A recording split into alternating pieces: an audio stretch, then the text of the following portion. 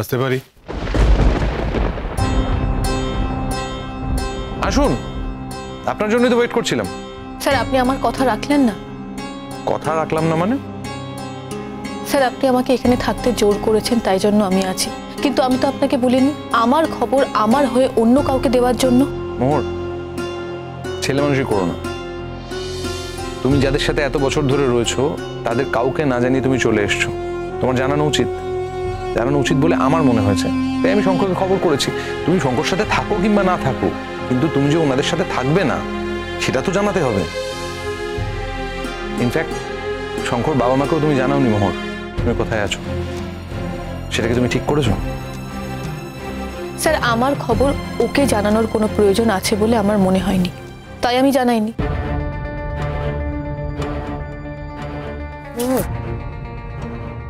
মোহর রাগ করে না। তুমি তো জানো তুমি সারা জীবনে শঙ্কর মতন ভালো মানুষ আর একটাও দেখোনি। আর প্রত্যেকটা মানুষেরই তো কিছু দোষ গুণ থাকে, তাই না?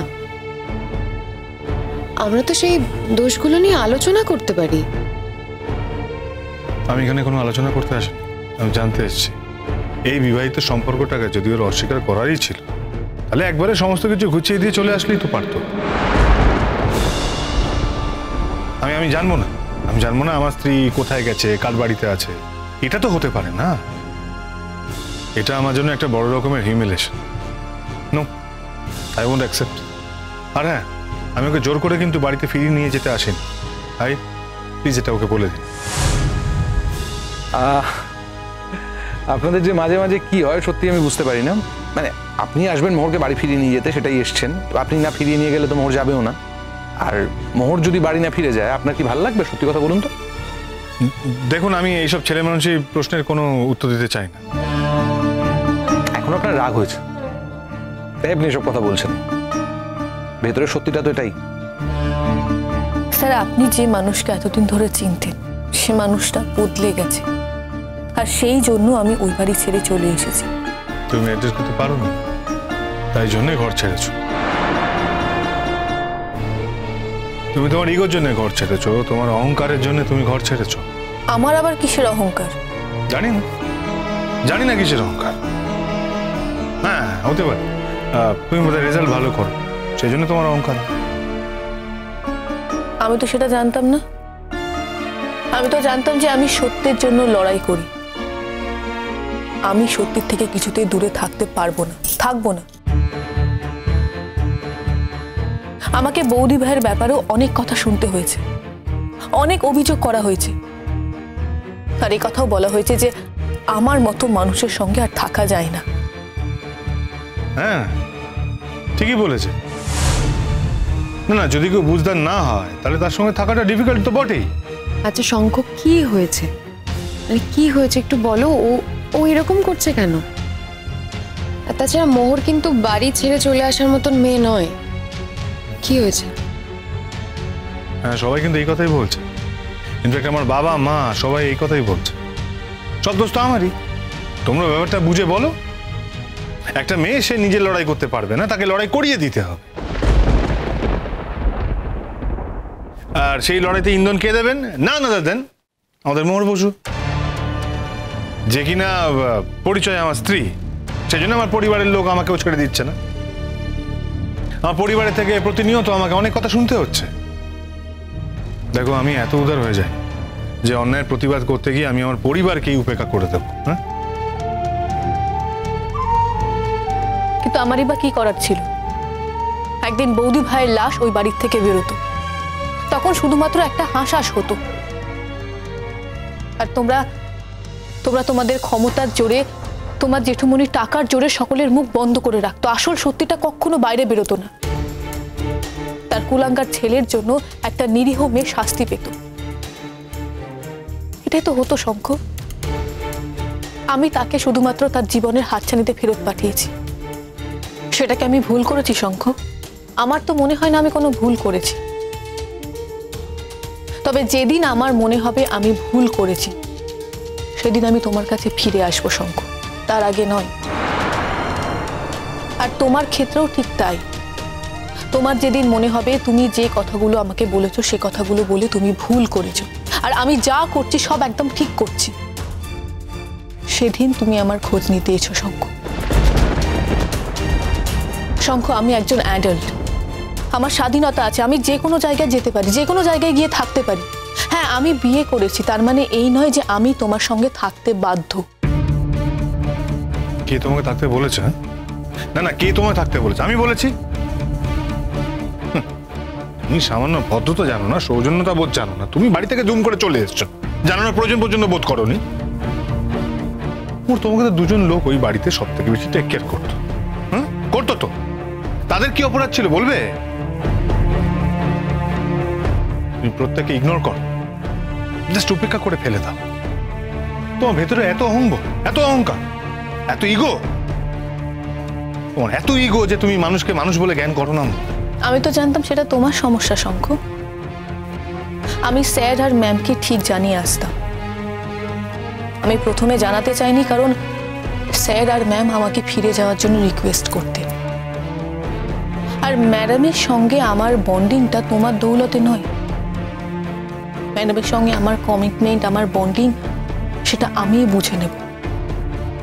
তার মাঝখানে তুমি কথা বলতে এসো না, সেই ব্যাপারটা আমার আর ম্যাডামের, সেটা আমরাই বুঝে নেব শঙ্খ। না মানে আমরা কি এখন ঝগড়াই শুনবো, দেখবো? মানে ঝগড়া আমি করছি? না, আপনি ঝগড়া করছেন আমি একবার বলি। মানে আপনারা দুজন কি এখন ঝগড়া করবেন নাকি শ্রেষ্ঠা কি কিছু খাবার দাবারের ব্যবস্থা করুন? হ্যাঁ, আমি যাচ্ছি। না না, আমার সময় নেই, আমাকে এক্ষুনি বেরোতে হবে। উর্মির শরীর ভালো নেই, আমাকে ওখানে যেতে হবে, ও খুব অসুস্থ। তোমার কাজের জাজমেন্ট কেউ করে না, তার মানে এই নয় যে তোমার কাজের জাজমেন্ট হয় না। তুমি বললে না যে নিয়মে বৌদি ভাইয়ের লড়াই অন্য কেউ লড়তে পারে না, ঠিক সেই নিয়মেই উর্মির লড়াই কেউ লড়তে পারে না শঙ্খ।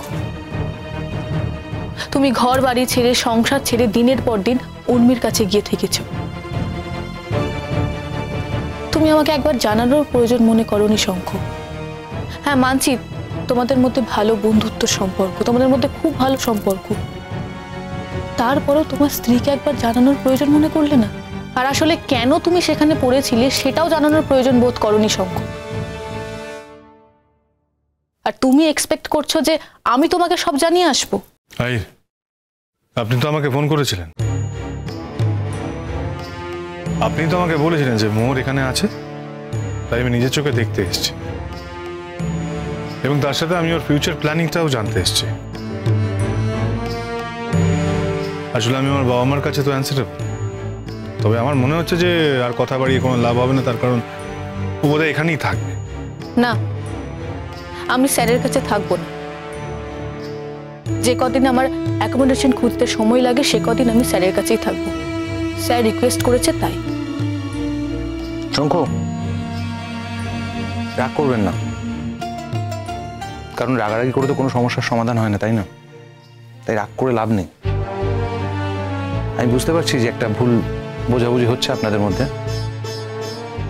তবে সত্যি কথা বলবো, আপনার সাথে মোহরের ঝগড়া যে এই লেভেলে পৌঁছবে এটা আমি ভাবিনি।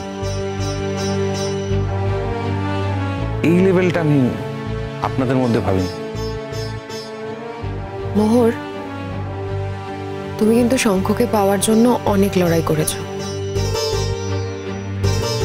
আর শঙ্খ তোমাকে পাওয়ার জন্য অনেক লড়াই করেছে। এই লড়াইটাকে তোমরা মিথ্যে হতে দিও না প্লিজ। যেদিন লড়াই করেছিলাম তখন সেটা সত্যি ছিল, আর যখন সেটা ছেড়ে চলে এসেছি তার পেছনের কারণগুলো সত্যি ম্যাম। শঙ্খ যদি কোনোদিনও নিজের মনকে বদলাতে না পারে, শঙ্খ যে কথাগুলো বলেছিল তার জন্য যদি ও আমার কাছে ক্ষমা না চায়, তাহলে আমি কোনোদিনই ওর কাছে ফিরে যাব না ম্যাম। হ্যাঁ, না না না, ক্ষমা চাওয়ার কোনো প্রশ্ন নেই। হ্যাঁ, তুমি মনে করো না যে তুমি আমার কাছে ফিরে এসে তুমি আমাকে ধন্য করে দেবে। হ্যাঁ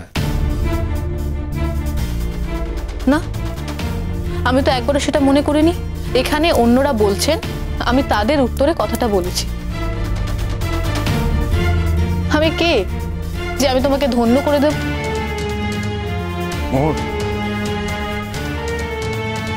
তোমার দুজনের মাঝখানে কথা বলছি কিন্তু বলতে বাধ্য হচ্ছে।